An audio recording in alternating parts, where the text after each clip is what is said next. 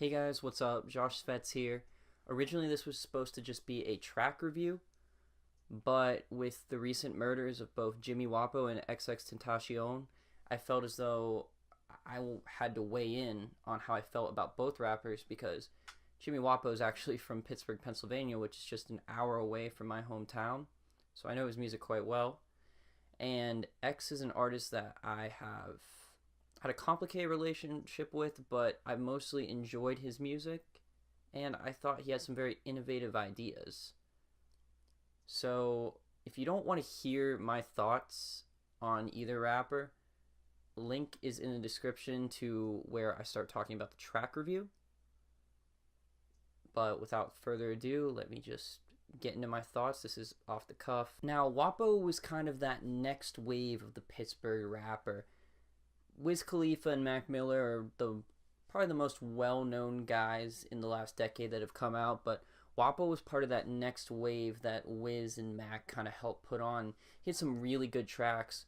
My favorite by him was easily Elm Street, which, if you've heard Kendrick's Humble, you can't help but think that Kendrick's Humble was a little bit inspired by Wopo's production on that track because it sounds eerily similar.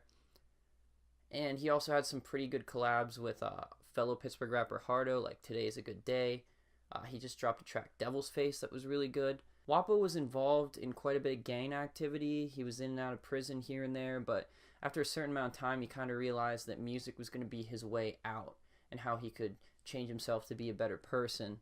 He did a lot of good things for the city of Pittsburgh, and it's not only sad that he's dead, but even more sad that his death is going to go kind of underreported compared to the next artist I'm going to talk about.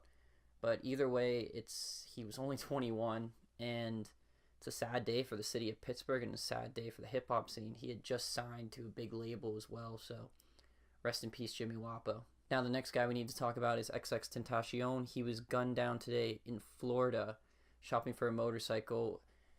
This week he was working on actually setting up a charity event in Florida, so that's pretty sad just by itself. But look, he was just a kid, man, and he did a lot of bad things. Granted, I completely understand that, and I totally understand if someone who's been abused or someone that knows someone that's been abused would just absolutely write this guy off. I don't fault them for that.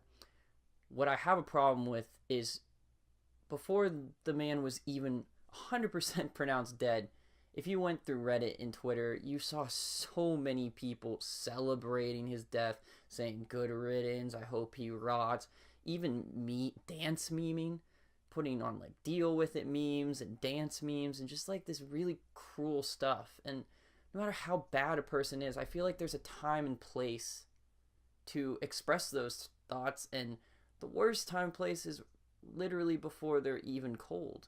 As far as his music, I really enjoyed his music. There were times where his music actually helped me through some emotional patches, and he said some very simple but profound things. I still think that chorus on Sad, I'm sad, no yeah, I'm sad, no yeah, really encapsulates how a depressed person feels when everyone in the room can tell that they're just not having a good day. I mean, we all know when we're sad, but there's just nothing we can do about it. Like, that's just how we're feeling that day.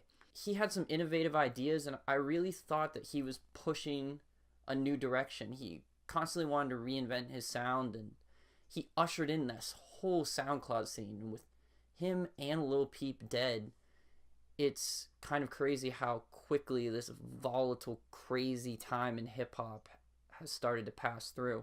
I am genuinely sad that he's gone, but I'm more disappointed with some of the reactions I've seen. I just can't believe people would meme a kid's death. By all accounts, it seemed like he was trying to be a better person, and I just think it's sad that we're never going to quite see what potential he had or what type of person he could have became.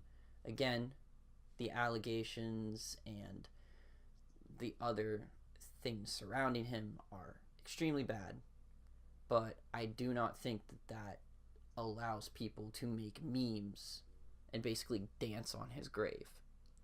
So with that, I say, rest in peace, XXXtentacion, and we lost a true talent in the music business.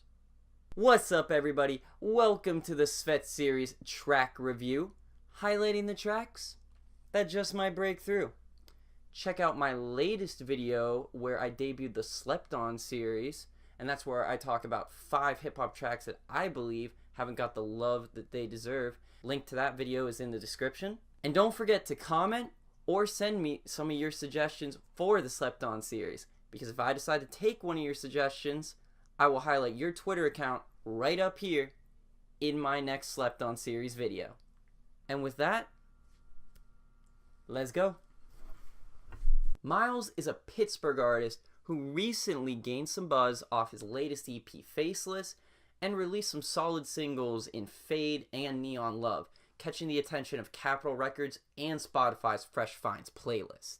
After originally emulating acts like Frank Ocean, The Weeknd, and The Dream among many others, Miles has started to cultivate his own sound under his go-to producer, NxFce, and with this shift, he started to blend more R&B with anti-pop, and that's created a mix of Steve Lacy's harmonious vocals with the sexual edge of a Genuine. But truthfully, his sound is still pretty eclectic, and that trend continues on his latest release, Beverly.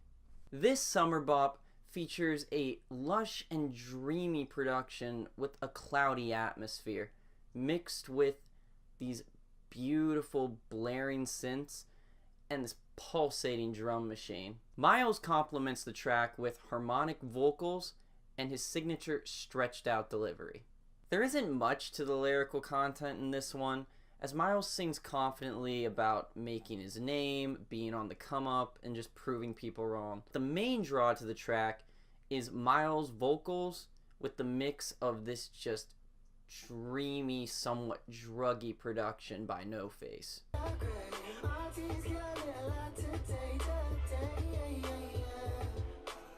This is a sound that Miles has used in the past, but part of me believes that it underutilizes his capabilities. And while he definitely has better tracks like the aforementioned Neon Love or Fade, when I listen to this, I can't help but picture driving in a car on a summer night in California at 2 a.m. with a blunt in hand. And I think that dreamy atmosphere is exactly what Miles and his team were going for. Overall, it's a trippy summer banger that's perfect for a chill sesh or a night drive. And it's enough of a teaser to hold fans over until Miles drops his next project later this year. I'm feeling a 3.5 out of 5 for this track. So what do y'all think of this? Liked it? Loved it? Hate it? Whatever you thought, comment below and make your voice heard. Like, subscribe, and don't be afraid to criticize. This has been the Svetz series. Now send me your queries.